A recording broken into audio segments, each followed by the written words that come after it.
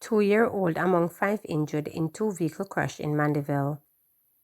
A 2-year-old girl and her mother are among 5 people rushed to hospital following a two-vehicle crash on the Winston Jones Highway in Mandeville on Friday. The crash, which involved a Toyota Mark X and a Nissan AD wagon, happened about 5:30 p.m. Police said based on investigation, the Mark X was traveling uphill towards Mandeville when it overtook a line of traffic on an unbroken white line and collided with the Nissan AD, which was traveling downhill.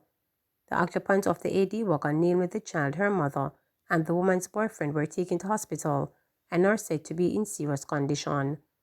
Police said the driver of the Mark X have been warned for prosecution to be charged with causing an accident resulting from reckless and dangerous driving. The Mark X driver and his passenger were also taken to hospital for treatment. Police seek help to identify body found on Lyndhurst Crescent. The Halfway Tree police are seeking the public's help to identify the body of a man that was found wrapped in a sheet on Lyndhurst Crescent in St. Andrew on Friday. According to the police, the body is of dark complexion, slim build, 170 centimeters, or 5 feet 7 inches long, and appears to be in the early 20s. It was clad in blue denim pants and had 3X tattoo on the right side of the neck, the police stated. Reports are that about 7:45 a.m., residents stumbled upon the body and alerted the police. On their arrival, the body was seen lying on the roadway wrapped in multicolored sheets. The scene was processed and the body was removed to the morgue pending further investigations. Anyone with information that can assist the police is asked to contact the Halfway Tree Police at 876-926-8185, Crime Stop at 311, or the nearest police station. Landslide renders Gardentown Road, St. Andrew impassable. Georgetown Road in St. Andrew is now impassable following a landslide after heavy rains in the parish on Friday. Motorists are being advised to use alternative routes where possible. Several other roadways across the island remain impassable since the passage of Tropical Storm Raphael on Tuesday.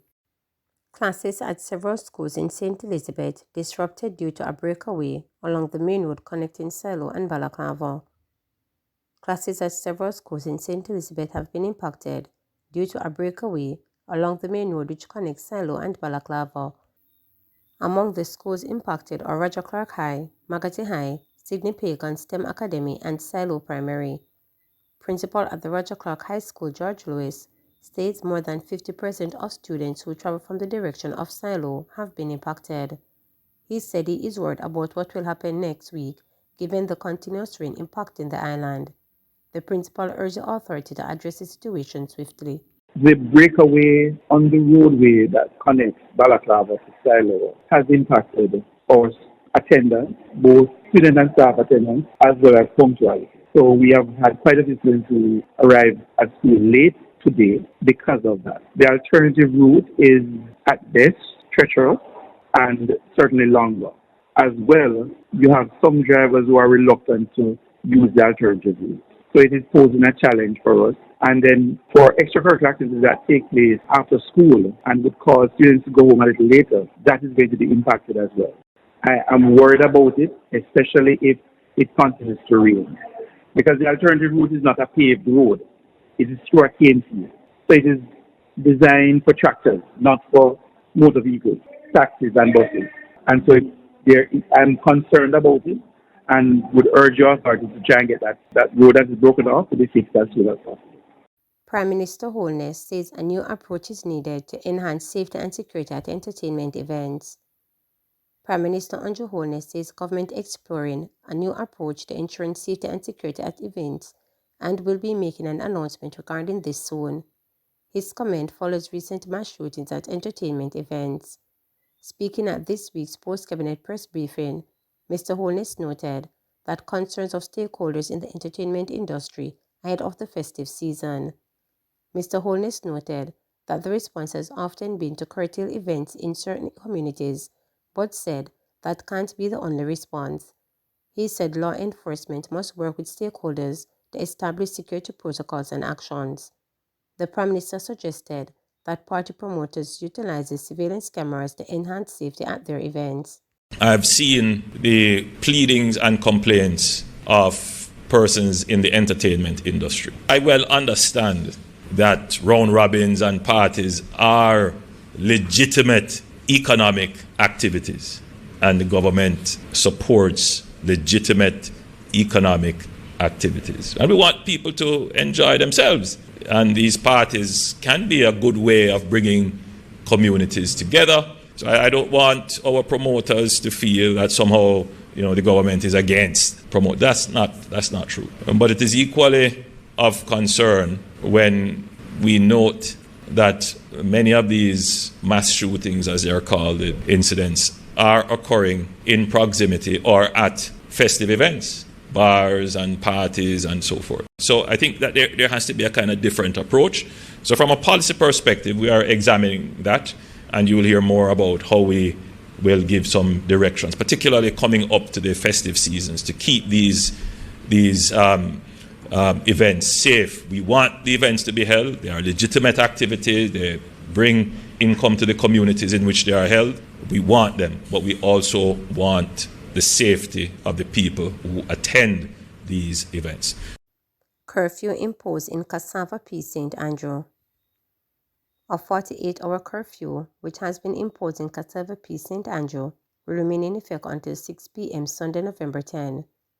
The boundaries of the curfew are north from Cassava Heights in the intersection of Grosvenor Terrace and Constant Spring Road, east from the intersection of Grosvenor Terrace and Constant Spring Road along Constant Spring Road via Cassava Peace Road to the intersection of Mannings Hill Road and Clifton Boulevard, south from the intersection of Clifton Boulevard and Mannings Hill Road to the intersection of Mannings Hill Road and Glen Drive, and west from the intersection of Mannings Hill Road and Glen Drive to Grosvenor Heights.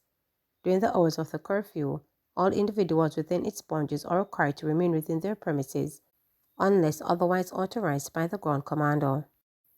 Labour Ministry begins distribution of relief supplies to persons impacted by Tropical Storm Raphael. The Labour Ministry has started the distribution of relief supplies to persons impacted during the passage of Tropical Storm Raphael. In the coming days, the ministry will be conducting assessments on homes damaged during the storm. Tropical Storm Raphael passed along the south coast of the island on Tuesday with strong winds and heavy rains that caused flooding. Homes in several parishes were flooded, and other homes in some areas sustained damage from fallen trees. In a statement, the ministry said following extensive rainfall and flooding caused by Tropical Storm Raphael, several sections across the island were affected. The Ministry of Labour and Social Security has been leading a coordinated disaster relief response to assist residents in impacted areas. The teams have been distributing relief items in areas affected by severe flooding and landslide conditions across 8 parishes. Affected communities in Kingston and St. Andrew include Majestic Gardens, New Haven, Pondside, Bull Bay, Burger Gully, Garden Town, and Riverton City. In St. Catherine, the affected communities include Big Pond, Nightingale, Bushy Park, 31 St. John's Road, Caymanas Bay, and Waterloo. Over in Clarendon, affected areas include Bog Hole, Rocky Point, Hills, Palmer's Cross, Racecourse, Water Lane, Western Park, Harry Street, Yorktown, Portland Cottage, Salt River, Mitchelltown, Hillshold, Bolden, Coffles, Alley, and Longwood. In Manchester, Kingston and Alligator Pan were affected. Only Matney Land District in Little London in Westmoreland had been impacted. In St. Anne, affected areas include Turtown, Freehold, and Bamboo, while Cox Street in St. Mary was impacted. The ministry said it provided essential relief supplies to several parishes for distribution to residents experiencing critical shortages following the storm. About 2,260 food packages, 77 cases of drinking water, 195 hygiene kits, and 50 mattresses have so far been provided. Special attention is being placed on reaching some Maroon residents in Mount Airy in St. Andrew in collaboration with the Jamaica Red Cross. Similar relief efforts are also underway to assist Maroon residents in Matney Land and Bay Road in Westmoreland. A shelter has been opened at the Eldon Washington Basic School, which is now housing 8 persons. The ministry said teams supported by the Poor Relief Department, the Salvation Army, Food for the Poor, Jamaica Red Cross, faith-based and non-governmental organizations have commenced the process of assessing damage to homes in order to determine the level of support to be provided to householders. Residents whose homes have sustained damage are being urged to report their incident. Affected persons should contact the ministry at its parish offices. Remember to subscribe, like, share, and click the notification bell for daily updates.